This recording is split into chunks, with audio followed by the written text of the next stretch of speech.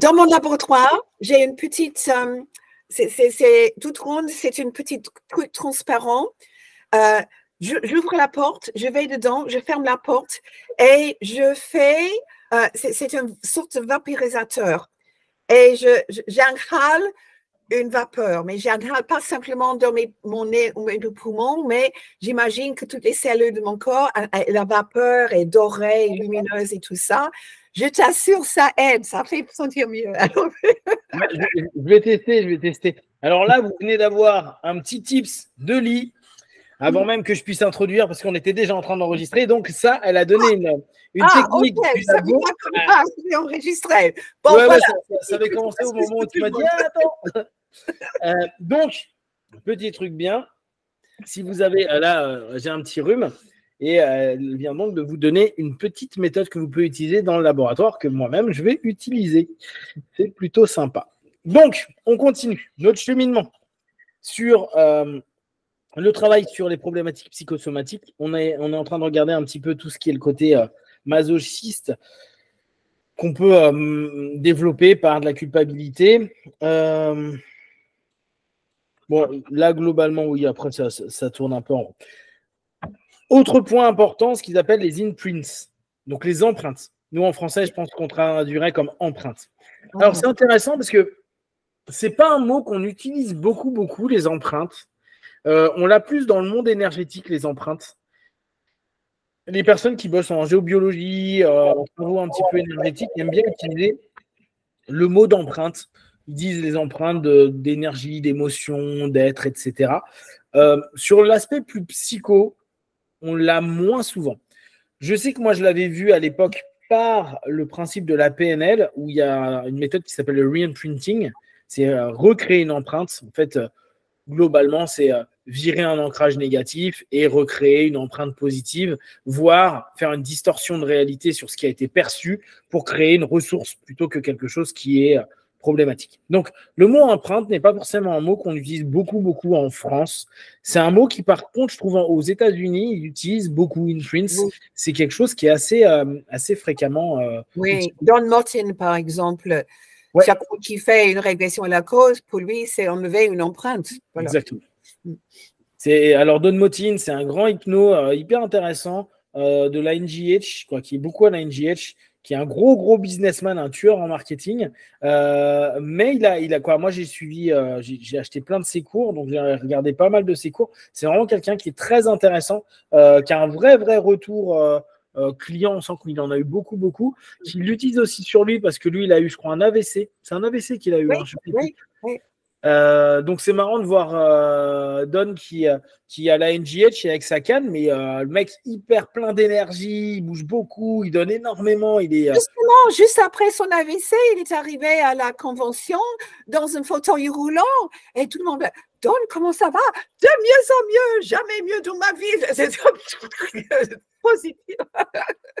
Mais ce mec, il est vraiment bluffant. C'est un gars en France pas connu, mais aux US assez connu et qui a vraiment, il a vraiment un bon état d'esprit. Il est tout le temps dans. Alors lui, il est vraiment dans un self-talk qui est très positif, très constructif. Il veut vraiment, il se laisse pas abattre par les trucs. Il dit je vais bosser dessus, ça va s'améliorer. Moi, j'avais suivi des modules avec lui où on était mort de rire pendant toute la session parce qu'il est vraiment drôle. Alors après, il faut comprendre son accent qui est un petit peu énervé, mais une fois et il parle très vite. Alors moi, j'aime bien, ça me parle bien. Non, il parle super vite. Presque aussi vite que toi. Ouais. Alors moi, j'aime bien, mais non, il est bluffant et il enseigne plein de choses passionnantes. Donc, les empreintes. Donc, les psychothérapeutes, en gros, ils disent que qui ne sont pas habitués avec l'hypnose, ne se rendent pas compte que les suggestions, et là on revient bien sur ce mot de suggestion, peuvent créer des empreintes et être la cause de problèmes. Et alors là, ça vous paraît peut-être pas clair comme ça, mais pensez vos parents, le nombre de fois ils ont répété des choses qui parfois étaient très sympas, et ça tant mieux, c'est une empreinte positive, et d'autres fois où c'était un petit peu tu n'y arriveras jamais parce que tu n'es pas capable de. Tous les parents, malheureusement, ne sont pas particulièrement attentifs à leur sémantique, particulièrement attentifs aux enfants, et donc il y a des moments, c'est un petit peu dur, et ça crée des empreintes. En gros, dites-vous que la plupart des empreintes qu'on a pu avoir, c'est, si on prend la logique de tout se passe avant 7 ans, quoi, avant 6 ans, c'est entre nos parents et le système éducatif et nos grands-parents, quoi. En gros, les personnes qui ont été, j'aime bien le mot anglais américain qui s'appelle caretaker, les personnes qui ont pris soin de nous. Et ça peut être aussi bien sûr la famille, mais ça peut être aussi une nourrice, ça peut être aussi des professeurs à l'école, etc. Et eux nous créent des empreintes. Ils nous créent des empreintes parce qu'émotionnellement, on est hyper ouvert. On est, souvenez-vous, dans la méthode, on vous explique que jusqu'à 7 ans, on est en alpha tout le temps. Donc, quand on est en alpha, qu'est-ce qui se passe? Jusqu'à 7 ans, on est en θ. En θ, pardon, en θ. Oui. Et donc, on est ultra réceptif à ce moment-là. On est l'équivalent de somnambulique pour ceux qui font de l'hypnose. Donc, on est dans un truc où on reçoit l'info. Et il est très, très dur d'avoir son facteur de jugement. Maintenant, un truc que j'ai trouvé génial, alors là, je vous le donne pour les plus hypnotistes de vous, c'est Larry Hellman qui disait qu'il n'est pas d'accord avec le principe de dire que l'enfant est réceptif à tout, et je pense qu'il a raison là-dessus. Il dit le facteur de jugement se développe au fur et à mesure du temps. Et il dit, tu le vois bien, parce qu'il y a des enfants, tu leur dis un truc une fois, ils disent oui, oui, oui, puis à un moment, ils ont compris que non. Et d'un coup, tu essayes de leur faire le truc, ils ont 4 ans, et d'un coup, ils font non. Alors bien sûr, ils ont passé l'âge du non, la capacité de se dire je ne suis pas d'accord, mais il y a des moments où tu leur fais plus. La petite blague, tu leur enlèves plus le nez, tu vois, il y a des choses où ils disent ça va, tu m'as plu maintenant. Ce qui prouve que le facteur de jugement se développe au fur et à mesure. C'est pas genre j'ai 7 ans, bam, ça y est, c'est bon, c'est fini, j'ai un facteur de jugement, un facteur critique. C'est pas du tout le cas. Et j'aime bien comment Larry nous l'exposait, il disait vraiment ça se construit, donc ne vous dites pas que on est juste complètement imperméable, on est juste complètement perméable, on l'est, mais au fur et à mesure, les expériences, l'enfant et l'intelligence de l'enfant fait que il va de moins en moins accepter, avoir aussi sa personnalité, ses pulsions, ses envies, les retours des parents qui vont faire que il y a des choses qui vont être acceptées, des choses qui vont être, et on revient à la notion d'identification, je vois que papa ou maman réagit comme ça sur tel truc, tel timbre de voix, tel élément, et je vois que ça leur fait rien. Donc moi, ça me fait rien parce que je m'identifie. On revient à ce principe d'identification qu'on a vu dans les clés. Et ça, c'est assez intéressant. Donc, on sait qu'on est quand même assez perméable, mais c'est pas un absolu. C'est pas tout ce que je dis à l'enfant est validé à 100%. Parce que non, bien sûr que sur 6 ou 7 ans de vie, il va y avoir plein de choses qui se développent chez le petit, dont son caractère, sa personnalité, etc., etc. Donc, les empreintes, alors, comment il définit ça? Une empreinte peut être dite d'une idée qui est devenue fixe dans le subconscient et qui porte, tu vois, j'aime bien son truc, qui porte le même impact qu'une suggestion post-hypnotique. Je trouve ça plutôt bien défini. Oui. Donc, cette notion-là, on reprend par rapport à Silva. Vous avez, on pourrait peut-être travailler sur les habitudes. Lui nous donnera un petit peu son point de vue, mais c'est aussi les éléments un peu qui nous ont crispés, qui ont pu nous créer l'obésité, les addictions, certaines peurs, certaines dévalorisations. Si on reprend la problématique de tout à l'heure, on va avoir quand même beaucoup d'éléments qui peuvent créer, alors psychiquement et somatiquement, là si on prend la prise de poids, des suggestions pas cool données par des parents, ou même l'empreinte de ce qu'ils ont l'habitude de manger qui n'est pas forcément sain, fait que ça va être difficile après pour l'enfant qui va devenir adulte de casser cet ancrage, cette empreinte, et de se libérer de tout ça. Mais on voit dans la méthode qu'il y a pas mal de boulot qu'ils ont fait pour arrêter les addictions, que ce soit la cigarette, que ce soit le sucre, que ce soit ces éléments-là. Là, il peut y avoir un vrai plus avec la méthode. Ça prend le temps que ça prend, mais souvenez-vous de Jerry Sivi, qui va d'ailleurs mieux, hein, on vous fera un débrief.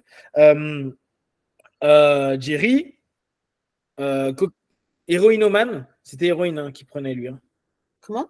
Et il était quoi? Il était héroïnomane, Jerry. Il était quoi? Il prenait de l'héroïne comme drogue. Ah, oui. Au départ, oui, il était addict à l'héroïne, oui. Ouais. Quand il a fait son premier cours Silva. Oui. Ouais.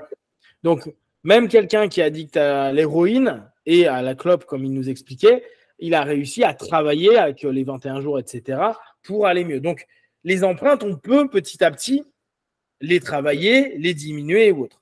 Quelle idée, toi, tu aurais pour, justement, pour un diplômé Silva qui a l'impression d'avoir un cumul d'empreintes? Alors attention, hein, il y a aussi les choses qu'on a acceptées et les choses qu'on n'a pas acceptées. Parce que parfois, c'est facile de dire oui, c'est de la faute de mes parents, de mes professeurs et tout, alors que bon, il y a un moment ou un autre, on est aussi co-responsable de continuer le pattern qui est dissonant. Il y a des moments où il faut juste dire stop et arrêter et prendre ses responsabilités. On revient au principe de la méthode Silva. Je peux gérer ce que moi je fais sur moi. Je ne peux pas en vouloir à la terre entière que ça ne se passe pas comme j'ai envie. Tu vois. Qu'est-ce que tu conseillerais à un diplômé Silva pour gérer ses empreintes? Dans le sens d'habitude ou en général, les empreintes? Je dirais plutôt dans le sens de général. Tu vois, vraiment toutes les empreintes qui peuvent être toxiques et problématiques. En fait, là, c'est un peu difficile parce que justement, après José nous avait quittés, on a commencé à jouer un peu avec le stage de base et à un certain moment, on a même inclus, mais comme un exercice qu'on donnait à un groupe, un exercice de régression à la cause, ce qui est souvent justement pour enlever une empreinte. Ils n'ont pas utilisé pendant très longtemps parce que c'était pas facile à gérer, etc. On voulait éviter les abréactions. Par contre, dans le séminaire supérieur Silva Manifesting, il y a 2 exemples où on remonte dans le passé pour enlever une empreinte. Et puisque c'est quand même dans le Silva Manifesting, ça veut dire qu'avec ce qu'on a dans le séminaire de base, on devrait pouvoir le faire. Hein? Donc, on se met en alpha, on cite justement une suggestion positive qu'on veut quoi, mais on a des résistances. On se demande, qu'est-ce que je sens quand je dis ça? Est-ce qu'il y a un stress? Est-ce qu'il y a une résistance? Oui. Donc, on focalise sur la résistance et on dit qui, justement, dans mon passé, n'a pas voulu que je croie ça? Qui a préféré, justement, et on s'ouvre, et il est possible qu'une phrase d'un parent, justement, peut venir à ce moment-là, et on se rend compte, en fait, oui, c'est parce qu'on m'a dit que, et à l'époque, je l'ai cru, je croyais que c'était vrai. Et là, justement, on peut faire... on peut littéralement discuter avec soi-même en tant qu'enfant. On peut faire un enfant informé, si vous voulez, mais c'est possible de faire ça toute seule. Ou on peut parler aux parents pour expliquer, je ne suis plus une petite fille maintenant, je suis une adulte, j'ai plus besoin de croire cela, ce n'est plus le cas, donc je veux laisser ça dans le passé. Et puis, justement, visualiser le futur soi, qui est maintenant libre de cette empreinte et qui réussit la chose qui était bloquée, mais qui réussit facilement et avec joie. Là, on est aussi un peu en identification. Hein. Il ne faut pas simplement qu'on dise il faut que j'arrive à cette nouvelle image de moi, mais il faut que j'arrive de façon où je suis moi-même. C'est le vrai moi. Justement, tout récemment, j'ai arrêté de dire aux gens c'est le nouveau toi, je dis c'est le vrai toi, hein, qui a été empêché. Parce que, tu sais, notre cerveau a tendance à résister à ce qui n'est pas familier. Donc, je trouve que cette idée de se visualiser dans le futur et on déjà réussi, c'est très important pour calmer justement toutes nos défenses contre l'inconnu. Et voilà pourquoi, pour les habitudes, justement, il faut répéter tous les jours dans le miroir blanc, me voilà facilement en train de vivre sans mon ancienne habitude, libre des clopes, etc. Et je suis joyeuse, je suis réussie, je suis contente de moi-même et j'ai plein d'autres avantages, bien sûr. Mais vraiment qu'on se voit avec cette nouvelle image de nous-mêmes et on se donne le temps de vraiment s'identifier avec. Ouais, cette notion, alors, vous voyez, il y a quelque chose qui est intéressant. Elle a donné plusieurs éléments intéressants. Ce travail en régression peut être quelque chose de vraiment important. Si vous ne connaissez pas trop le principe de régression, ce n'est pas grave. Vous pouvez aller dans votre labo. Dans votre labo, vous vous dites, OK, je vais parler avec mon moi enfant de l'époque et avec mes parents de l'époque. et vous faites juste un dialogue. Et si vous avez peur de quoi que ce soit, n'hésitez pas, vos guides sont là, etc., etc. Mais de façon générale, vous pouvez imaginer, surtout que maintenant, notre esprit est assez facilement et familier avec l'idée d'écran, vous pouvez imaginer que vous faites un zoom avec le vous du passé. Comme ça ne vous fait pas partir sur une ligne du temps et vous êtes en train de discuter avec une partie. Et vu que notre cerveau, maintenant, est hyper habitué aux écrans, se dire je parle avec le moi d'avant, ce n'est pas vraiment un gros problème. Donc, n'hésitez pas justement à prendre votre posture d'adulte. Alors là, on va plus revenir sur une notion d'analyse transactionnelle. Beaucoup d'entre nous gardons des pathos et des comportements puérils et infantiles. Parce que justement, on est dans des ancrages, donc on est dans des empreintes. Tu vois, je me demande si le mot empreinte, on ne peut pas remplacer par le mot ancrage. Encore, est-ce que ça serait similaire? C'est pas exactement la même chose, mais je dirais qu'en plus que 50% des cas, c'est identique. Oui, c'est ça. Ouais. Donc, un ancrage, normalement, il déclenche une émotion. Oui, pendant qu'on emprunte, il est là en permanence. Mais oui, mais pourquoi pas? On va avoir cette notion à un moment donné où on a des postures d'enfant par plein de situations. Et il est très fréquent qu'on ne veuille pas prendre notre posture d'adulte. Alors, parfois, on peut dire oui, mais c'est parce que mes parents m'ont dit que. Mais il y a aussi nous qui ne voulons pas prendre notre propre responsabilité. Et on revient sur cette notion que José partageait beaucoup. C'est à vous de faire les choses. C'est à vous, à un moment, d'être adulte, d'assumer et de prendre vos responsabilités et d'aller vers les solutions des choses. Et on peut toujours se plaindre de son passé. C'est clair, on trouvera toujours des défauts aux gens, des choses qui nous sont arrivées, etc. Mais il y a un moment, il faut arrêter de s'identifier à un passé. Parce que ce que vous êtes aujourd'hui n'est pas votre passé. Vous n'êtes plus un enfant, vous n'êtes plus sans pouvoir, sans capacité, sans rien. Alors on peut se dire oui, mais j'ai un mur j'ai un plafond de verre dans ma tête. Oui, mais déjà, si tu dis non, mais maintenant je ne suis plus un enfant, il n'y a pas de plafond de verre. Celui qui avait le plafond de verre, c'est celui qui a acheté ça. Et celui qui a acheté ça, c'est l'enfant. Déjà, la notion de se dire je grandis par rapport à ma problématique, j'agis comme un adulte.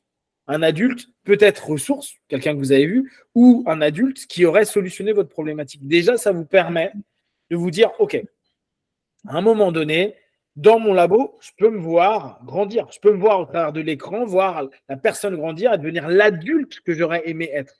Et assumer que je suis quand même en partie cet adulte-là. Parce que notre X, c'est on n'assume pas de se dire, être adulte, c'est prendre des responsabilités, donner des limites, dire non, être capable de faire des choses qu'on n'a pas fait avant, et puis aller au bout de ses décisions et pas attendre que le monde se plie à nous, mais se débrouiller à imposer ou à partager ce que l'on veut dans le monde. Donc, il y a des éléments qui peuvent être vraiment intéressants pour apaiser l'empreinte, mais commencer par du dialogue. Commencer par du dialogue, par le fait de grandir, etc. Ça, c'est vraiment intéressant. Et aussi, se permettre de changer la perception de ce qui s'est passé. Parce que souvent, on se donne une étiquette, on s'identifie avec un élément d'une situation et on est bloqué de se voir comme… Alors, ce qui me revient, en fait, c'est un cas assez récent et c'était justement quelque chose que je fais énormément en hypnose, mais c'était un diplômé Sylvain qui l'a fait tout seul. Dans une réunion de diplômés, on discutait réussite, etc. Et elle avait beaucoup travaillé sur le fait que quand elle était sur le point d'accomplir quelque chose qu'elle voulait vraiment, elle sentit qu'elle voulait fuir. Et puis, elle a travaillé ça à niveau, et elle a eu l'image d'elle-même quand elle était vraiment toute petite, 7-8 ans, et elle avait un papa qui était alcoolique, qui était violent, qui risquait de les tuer carrément, et elle a sauté une fenêtre de la maison avec son petit frère et ils ont fui ensemble. Et elle disait, depuis là, j'ai toujours eu l'impression que je fuis.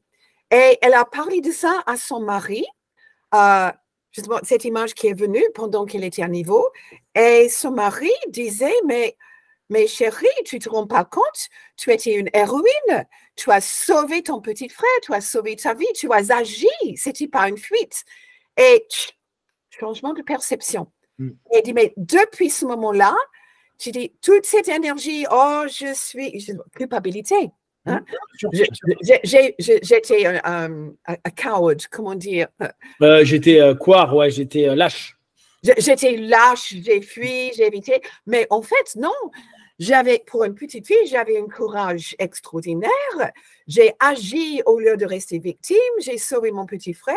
Et maintenant, ça a complètement changé son identité et elle est prête à plonger dans des nouvelles choses avec beaucoup d'enthousiasme. Mais tout ça, sans aucun thérapeute extérieur, il y avait son mari, justement, qui l'avait fait, mais en découvrant elle-même quand elle était justement à son niveau de laboratoire. J'ai trouvé ça excellent. Très impressionnant. Ça c'est intéressant parce qu'on revient sur un des cœurs de la thérapie de façon générale, qui est le recadrage. Là, voir une autre perception, c'est se recadrer. C'est-à-dire, et là, vous pouvez utiliser encore la méthode en vous disant, tiens, je vais voir la scène de plus haut. Je vais voir la scène en me mettant dans le regard de quelqu'un d'autre. Cette notion-là, quand vous êtes en labo, vous pouvez facilement le faire. Effectivement, si elle avait vu quelqu'un d'autre qui la voyait en train de fuir avec son petit frère, elle se serait peut-être dit, en fait, cet enfant-là, elle est en train de fuir quelque chose de dangereux, mais elle est en train de sauver son petit frère. Elle a osé faire quelque chose. C'est intéressant quand vous êtes bloqué comme ça, quand il y a des éléments qui vous semblent tourner en rond, de sortir de votre de penser en dehors de la boîte. Bon, c'est l'élément classique, mais c'est vraiment utiliser cette notion de défocalisation, comme si vous étiez sur Google Maps et que vous étiez en train de dézoomer pour voir l'ensemble. Mais à partir de là, vous voyez l'ensemble des éléments. Si j'étais à la place de quelqu'un d'autre, si quelqu'un d'autre me voyait, si je devais le juger autrement. En gros, posez-vous des questions qui vous permettent, et vous faites ça très simple, qui, quoi, où, quand, comment, pourquoi, et vous posez de différents points de vue. Si j'étais mon père, bon, il est alcoolique, qu'est-ce qui se passe, ou quand, comment, pourquoi il fait ça, bon, il est bourré, il se rend plus compte, il a la haine des enfants, plein de choses. Ok, ma mère, mon frère. Pour mon frère, qu'est-ce que je suis? Si déjà elle se posait la question, mon frère ne vient pas se faire taper parce que je viens de sauter. Peut-être que là, il se dit, super, ma grande sœur est là pour me protéger. Peut-être que je suis quelqu'un de bien, je suis quelqu'un qui lui fait du bien, je suis quelqu'un qui le rassure. Déjà, ça change de la couard. On tombe sur quelqu'un qui est au contraire forte, ou en tout cas protectrice. Et amusez-vous à regarder dans vos problématiques quand vous semblez bloqué. Faites un zoom de recul et imaginez vraiment ce questionnement qu'il pourrait y avoir si vous ne regardiez pas par votre filtre qui est de toute façon biaisé. Et si vous dites, ouais, mais non, les autres, ils penseraient comme moi, faites comme si les gens pensaient différemment. Utilisez le to pretend à ce moment-là. Faites comme si les gens pensaient différemment. Comment ils auraient pu penser différemment de vous? Même si au départ, vous n'y croyez pas. Ça vous donne en fait des options de réflexion. Ça vous donne des options de perception. Or, ce qui est important, c'est que vous puissiez dans votre labo avoir un ensemble d'outils qui vous permet petit à petit de vous apaiser, de vous sentir mieux, etc. Donc, pour revenir à l'idée d'empreinte, en fait, comme tu viens de dire, et je trouve ça, oui, tout à fait correct, une empreinte, c'est une idée fixe. Et pendant qu'il reste fixe, tu ne peux pas enlever une empreinte, mais tu peux recadrer l'empreinte. Tu ne vas pas changer l'événement, mais tu vas changer comme tu l'as perçu. Et là, l'idée fixe appartient à l'enfant qui souffrait à ce moment-là, mais en tant qu'adulte, on peut regarder d'un autre point de vue, mais en fait, non, cette empreinte ne veut pas dire ça, il veut dire ceci. Et ça devient tout à fait autre chose. Oui. Exactement. Mais puis même, je pense qu'il y a des rapports au réel, tu vois. Est-ce que son petit frère, quand il reparle de ça, qu'est-ce qu'il dit, le petit frère? Maintenant, il est adulte, le petit frère. Il dit, ah non, mais heureusement que tu étais là, tu vois. Il y a plein de choses que parfois, on n'est pas prêt à entendre. Et ce qui est cool, c'est que quand vous êtes à niveau, vous vous écoutez différemment. Vous êtes à la fois émetteur de suggestions, mais un des points importants, c'est que vous êtes réceptif et plus réceptif à vous-même, aux idées, aux possibles, à d'autres manières de voir. Et c'est un des gros intérêts d'être en alpha à ce moment-là. Donc, n'hésitez vraiment pas à aller voir comment vous pouvez débusquer une empreinte, enlever l'empreinte et surtout vous dire, OK, tout ça, c'est figé parce que mon esprit s'est figé là-dessus. Maintenant, si je change ma modalité de perception, je suis déjà dans du mouvement. Et s'il y a du mouvement, je suis en train de décrotter, entre guillemets, d'enlever l'élément qui était figé. Je suis en train de le nettoyer, le laver, le voir autrement et de me donner les possibilités. Et là, vous utilisez toutes les ressources que vous connaissez. Vous pouvez retourner après à vous dire je vais utiliser mon miroir pour me redonner de la motivation, ou il y a un mot qui t'a marqué, ou il y a quelque chose qui t'a fait du bien, je suis héroïque, je suis truc, ok, super. Ou j'ai du courage, juste ça, sans partir dans les trucs excessifs. J'ai eu du courage. Waouh! Et reprendre cette notion et le nourrir, et le nourrir, et le nourrir pour justement commencer à dire non, je ne suis pas pleutre, je ne suis pas lâche, je suis courageux. Je suis courageuse.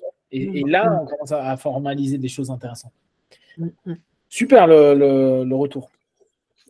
Alors, et ben non, en fait, on ne va même pas le faire, mais on le fera les deux prochaines fois, la prochaine fois. Il nous en reste 2. Ok, donc on a fait masochisme et empreinte. Qu'est-ce qui nous reste quand même? Il nous reste organ language. Et alors là, on va retrouver le safe talk. Et tu vas voir, c'est intéressant. Organ language, j'ai bien aimé. C'est proche du safe talk. Et past experiences, les expériences passées. D'accord. Donc, on verra ça sur la prochaine fois et vous verrez comment on peut le bosser.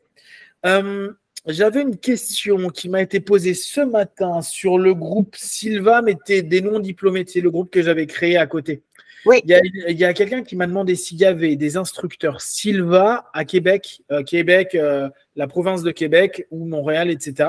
J'ai dit que toi, tu donnais online en ce moment. J'ai donné un seul online pour les déclencher.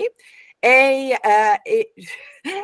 il y a justement tout un groupe de gens qui veulent devenir instructeurs. Et il y a une justement elle a juste à suivre la formation. Il a fait 5 cours de base, il a assisté à tous mes cours, elle est géniale. Donc, on attend simplement qu'il y ait une formation parce que là, ils font le SLS, SIS. Donc, moi, je ne peux pas la former. Moi, je forme uniquement en BLS. Mais on espère que vers la fin de l'année, elle sera certifiée comme instructrice. Donc, ça va arriver. Alors, attends, parce que là-bas, ils ont pas le même format que nous? Non. Au Canada, ils ont le même format qu'aux États-Unis, SLS, SIS, qui est l'équivalent du cours de base, plus notre 505. Ok, d'accord. C'est très proche, mais c'est une version modernisée depuis le décès de José Silva. C'est celle qu'avait développé Laura. Oui, voilà, c'est celle qui a développé Laura, oui. Ok, je lui mettrai, je lui avais dit que je savais que tu avais fait online. Je lui dirais que d'ici 6 mois, il devrait y avoir quelqu'un qui devrait être formé. Oui. Moi, je ne peux pas la former moi-même, mais on espère que ça va avoir lieu. En fait, on m'a demandé si je pourrais refaire un cours en ligne, mais je suis bloquée presque toute l'année maintenant. Il y a plein de choses. Ok, bon, mais de toute façon, ça va venir. On n'a pas eu depuis très longtemps et ça a mis les choses en route. Donc, on espère fin de l'année, on aura une nouvelle instructrice et l'année après, encore plus. Ok, au top. Deuxième chose, ce que je disais à Ali avant qu'on enregistre, au niveau du serveur. Il y a bien sûr des instructeurs déjà en anglais. Ok. Ouais. Mais on demande en francophone, n'est-ce pas? Oui. Ouais. Ok. Oui, donc, ce que je disais à Ali avant qu'on enregistre, l'enquête est en train d'avancer plutôt bien parce qu'on a les copains hongrois qui sont rentrés dans la boucle et les copains serbes. Ce qui fait qu'on est passé de 300 et des brouettes à presque 700 en 3 jours. Donc, c'est plutôt cool. Comme on dit avec Lee, on veut vraiment dépasser symboliquement les 1100. Ça serait très bien. Ce que je vais faire, c'est que dès qu'on arrive vers 1000, je vais faire des graphiques un peu plus sympas que ce qu'on peut avoir avec Google. Donc, il faudra que je fasse un petit boulot.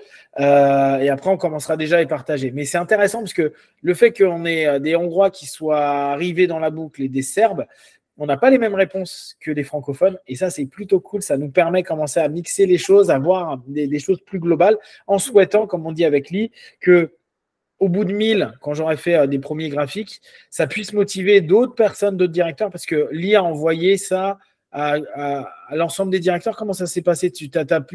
On a eu l'autorisation. Une liste, pas tous les directeurs, plutôt en Europe, mais quelques-uns d'ailleurs.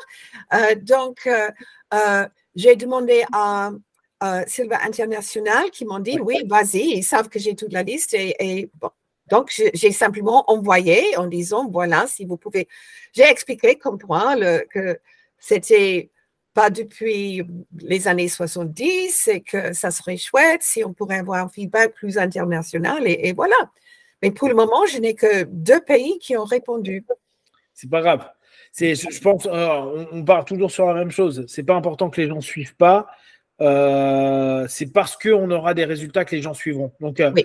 on ne se prend pas trop la tête là-dessus. Ouais. Mais sachez que ça évolue bien, que je pense qu'on va dépasser les 1100, ce qui va être symboliquement important pour nous. Oui. Et ça va être cool. Donc, ça fait plaisir. Et on vous donnera bien sûr tous les retours. Au fur et à mesure, je pense que je partagerai déjà quand on sera à 1000 pour qu'on voit un petit peu ce que ça donne, etc. Et des réflexions qu'on pourra se poser sur tout ça. Voilà, est-ce que tu as quelque chose à rajouter? Oui, non, je rajoute. Pâques, Lee est sur Paris. Après, il y a Juin, Ultra. Et il y a Août sur Paris aussi. Il y a. Voilà. Attends, il y a. Il y en a un que tu fais en ligne, non? Que tu fais bientôt en ligne. C'est pas. Je fais un cours Sylvain en ligne dans le mois de juin. OK. Ouais. Donc, il y a Pâques, il y a en ligne en juin, il y a encore en présentiel fin août, 4 jours fin août, 4 jours consécutifs. Et sinon, vous avez tous les instructeurs francophones, que ce soit France, Belgique, Suisse. Vous allez sur les sites méthodesilva.ch, .be, etc., et vous trouverez l'ensemble des personnes. N'hésitez pas à les contacter, à aller à la rencontre des instructeurs. Si vous avez déjà fait la méthode, ça vous permettra peut-être de voir d'autres façons de voir. Et puis, oui, dernière petite chose, le passeport, il évolue. Avec lui, on en a un peu papoté au départ. D'ici quelques temps, ça arrivera, mais ça évolue bien. Donc, c'est plutôt cool et on vous tiendra au courant. Donc, merci pour tout. Et comme d'habitude, si vous avez des questions et des remarques, vous les partagez sur Facebook, YouTube, on y répondra le plus rapidement possible. Et ne prenez que ce qui est moins juste pour vous tester, observer, analyser et conclure. Yoann, à très vite. Merci, Lee. Ciao, ciao. Merci. Ciao.